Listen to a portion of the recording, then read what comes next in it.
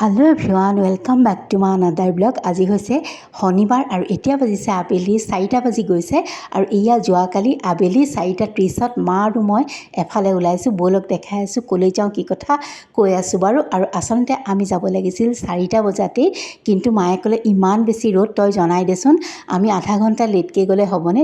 তেওঁলোকে ক'লে হ'ব, আৰু সেইকাৰণে মায়ে অকণমান ৰ'দটো কমক বুলি আমি 4:30 ওলাইছোঁ। আৰু ঘৰত যিহেতু কোনোৱেই নাই, গতিকে অটো এখনতে মাক লৈ যাওঁ, কাৰণ ৰাস্তা বেছি দূৰ নহয়, এই ৰাস্তাটোৰ মূৰলৈকে, ৰাস্তাটো পাৰ হ'লেই পোৱা যায়। আৰু সেইকাৰণে মায়ে যিহেতু খোজকাঢ়িব নোৱাৰে, অটোখনতে ওলাইছোঁ। আৰু কৈয়ে দিওঁ বাৰু, আজি আচলতে মাক সম্বৰ্ধনা জনাব দ্বীপ শিখা মহিলা সমিতিয়ে। তেওঁলোকৰ আচলতে জুনৰ ফাৰ্ষ্ট উইকতে হয়, ডেটটো মই পাহৰি গৈছোঁ, 4-5 এনেকুৱা কিবা এটা আছিলে, প্ৰতিষ্ঠা দিব। আৰু সেইদিনাখনেই তেওঁলোকে সম্বৰ্ধনা জনাই বয়সীয়াল কোনোবা এগৰাকী মানুহক, আৰু লগতে যিখিনি মেধাৱী ছাত্ৰ ছাত্ৰীয়ে ৰিজাল্ট ভাল কৰে তেওঁলোকক। এয়া মাক আমি পালোঁগৈ আৰু মাক আদৰি লৈ গৈছে। আৰু ইয়াতে আজি যিখিনি ল'ৰা ছোৱালীয়ে এইবাৰ 10-12ৰ ৰিজাল্ট ভাল কৰিছে তেওঁলোকক সম্বৰ্ধনা জনায়। আৰু এইগৰাকী ছাত্ৰী, তেখেত হৈছে এইবাৰ নীটত আমাৰ নৰ্থ ইষ্টৰ ভিতৰতে ফাৰ্ষ্ট হৈছে, তেওঁক জনালে সম্বৰ্ধনা। আৰু এয়া দিশা চৌধুৰী, তাই 12 ধুনীয়াকৈ পাছ কৰিছে, 95% পাই, তাইকো জনালে। আৰু এগৰাকী আইতাকক জনাইছে, নাতিনীয়েক যিহেতু ইয়াত নাই সেইকাৰণে।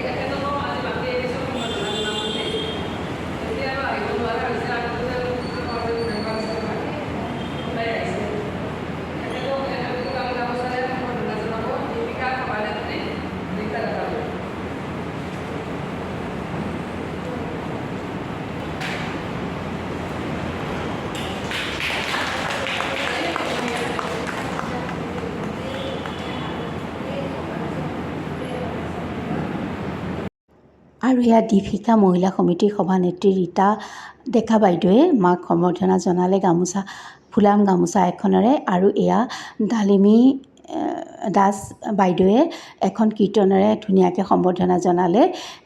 এইখিনিকে অকণমান মই দেখাই দিছোঁ। আৰু এয়া দিশা চৌধুৰী, তাই এইবাৰ 12 পাছ কৰিছে, 95% লৈ, তাই দুআষাৰ ক'লে। আৰু তাৰপিছতে কেকটো কাটা হ'ব, আহক দেখাই দিওঁ।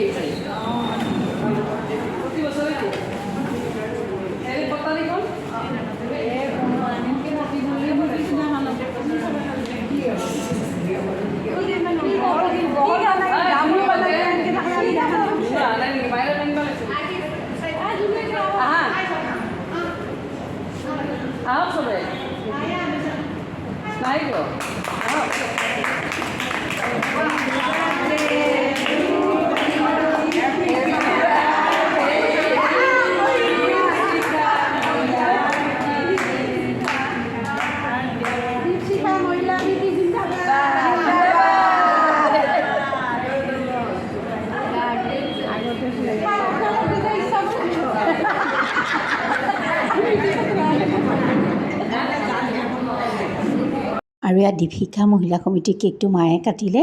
আৰু আচলতে মাহঁত প্ৰথমৰ পৰাই আছিলে, কিন্তু এতিয়া দেহৰ অসুস্থতাৰ কাৰণে যাব নোৱাৰা হ'ল, আৰু সেইকাৰণে ইমানখিনি ধুনীয়া এটা সন্মানো দিছে, ভাল লাগিছে। মই জনাইছোঁ পুনৰবাৰ মাৰ ফালৰ পৰা দ্বীপ শিখা মহিলা সমিতিলৈ বহুত বহুত ধন্যবাদ। এনেকৈ আপোনালোক আগুৱাই যাওক, ভাল ভাল কাম কৰি যাওক, বহুত শুভেচ্ছা থাকিলে মাৰ ফালৰ পৰাও আমাৰ ফালৰ পৰাও। আৰু এইবাৰ আহক সদস্যাসকলৰ যাৰ যি টেলেণ্ট আছে অকণ অকণ প্ৰদৰ্শন কৰিছে, দেখাই দিওঁ, অকণ অকণ আপোনালোকৰ লগত শ্বেয়াৰ কৰোঁ।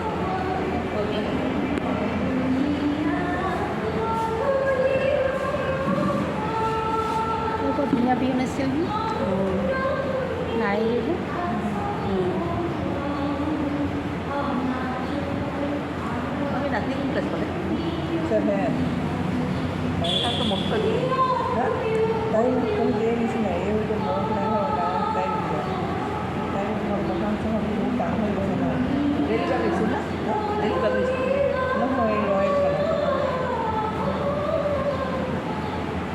আৰু এয়া এতিয়া আহি গ'ল কাউন্সিলৰ।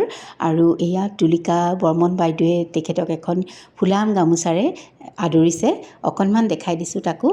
আৰু তাৰপাছত মহিলা সমিতিৰ যিখিনি অসুবিধা আছে সেইখিনি তেখেতক অৱগত কৰাইছে, আৰু তেখেতেও যিমানখিনি পৰামৰ্শ দিবলগীয়া আছে দিছে।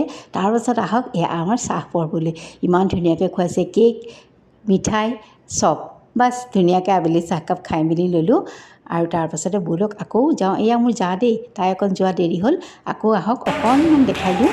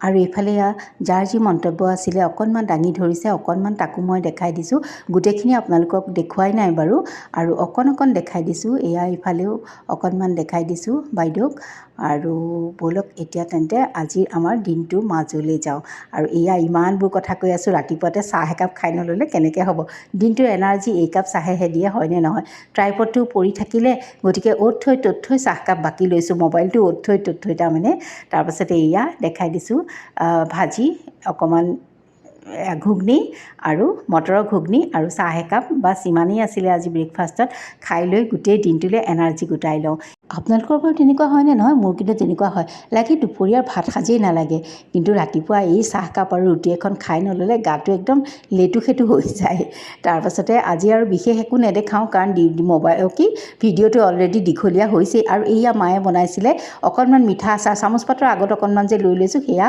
আমৰ মিঠা আচাৰ কালি কিন্তু মায়ে বনালেও মই দেখাব নোৱাৰিলোঁ কালি বিৰাটেই লৰালৰি আছিলে যিহেতু মাক লৈও যাব লাগিব মোৰ ৰাতিপুৱা উঠাও দেৰি হৈছে সেইকাৰণে নেক্সট কেতিয়াবা বনালে দেখাই দিম বাৰু তাৰপাছত আহক এয়া দুপৰীয়াৰ ফ্ৰুটছ টাইমলৈ অকণমান মগু কল এনেকৈ লৈ লৈছোঁ আৰু তাৰপাছতে অকণমান ভাত আছিলে ঠাণ্ডা ভাত সেইখিনি ভাজি লৈছোঁ ওচৰতে কামলা দুজনমানে কাম কৰি আছে সিহঁতক দি দিম আৰু তেন্তে আজিলৈ আহোঁ